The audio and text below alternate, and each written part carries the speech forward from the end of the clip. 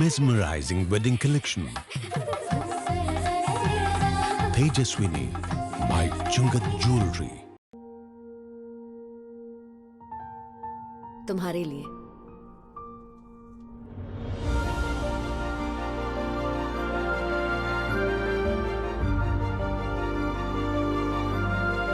Make every moment a beautiful celebration with Joya Lucas.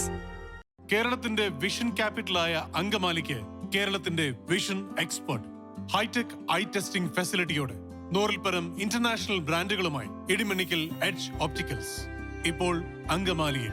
Idimannickal edge opticals now at MC Road, Angamaly. കണ്ണു തുറക്കാം പുതിയ കാഴ്ചകളിലേക്ക്. Kalady plantation 16-ാം ബ്ലോക്കിൽ കാട്ടാന ആക്രമണം, തൊഴിലാളിക്ക് പരിക്കേറ്റു. പാണ്ടുപാറ സ്വദേശി ബിജുവിനാണ് പരിക്കേറ്റത്. ബുധനാഴ്ച രാവിലെ ടാപ്പിംഗ് ജോലിക്ക് വന്നപ്പോഴായിരുന്നു സംഭവമുണ്ടായത്. ഒരു കൂട്ടം ആനകൾ തൊഴിലാളികളെ ഓടിക്കുകയായിരുന്നു. ആനക്കൂട്ടം ഓടിച്ചപ്പോൾ ഭയന്നോടിയ ബിജു താഴെ വീഴുകയായിരുന്നു. ഞങ്ങൾ മൂന്നാലോടുകൂടി ആന ഒരു 5-8 ആന ഉണ്ടായിരുന്നു. ആനയെ ഞങ്ങൾ കുറച്ച് ദൂരം ഒച്ചയെടുത്ത് ഞങ്ങൾ ഓടിച്ചു. അപ്പോൾ ആന അങ്ങനെ പോയിക്കൊണ്ടിരുന്നു, പതുക്കെ പതുക്കെ അങ്ങനെ നീങ്ങിക്കൊണ്ടിരുന്നു. ആ സമയത്ത് കുറച്ച് കഴിഞ്ഞ് അങ്ങോട്ട് ചെന്ന് കഴിഞ്ഞപ്പോൾ ആനക്കൂട്ടങ്ങൾ അവിടെ നിന്നു. അതിൽ ബാക്കിൽ നിന്ന് ഒരാന അങ്ങോട്ട് തിരിഞ്ഞുകൊണ്ട് ഞങ്ങളെ എല്ലാവരും ഓടിച്ച് ഞാൻ കുറേ ഓടി ഒരു ചെറിയ തോട്ടിലേക്ക് പോയി. തോട് അതിൻ്റെ വട്ടം പോകാനായിരുന്നു. ആ തോട്ടിലേക്ക് വീണ് കഴിഞ്ഞപ്പോൾ എനിക്ക് കല്ലും കൂട്ടങ്ങളും കാര്യങ്ങളും ആര് പറഞ്ഞിട്ട് എനിക്ക് ഓടാൻ പറ്റുന്നില്ല. അപ്പം ഞാൻ 3-4 പ്രാവശ്യം ഞാൻ അവിടെ വീണു.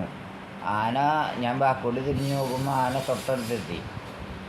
അത് എനിക്ക് എന്ത് ചെയ്യണമെന്ന് ഓടാൻ പറ്റില്ല, എനിക്ക് എന്ത് ചെയ്യണമെന്ന് എനിക്കറിയില്ല. ഞാൻ ദൈവത്തെ വിളിച്ചു, അമ്മേനെ വിളിച്ചു.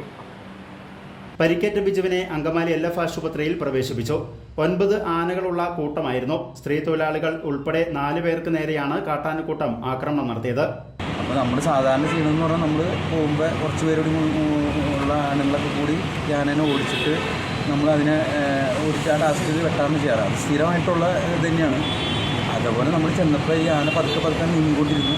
അപ്പോൾ നമ്മൾ വിചാരിച്ച് ആന പോകുമെന്ന് വിചാരിച്ചു. പക്ഷേ ആന പതുക്കെ പോയി നിന്ന് ആന പെട്ടെന്ന് തിരിഞ്ഞ് നമ്മളെ ആക്രമിക്കായിരുന്നു.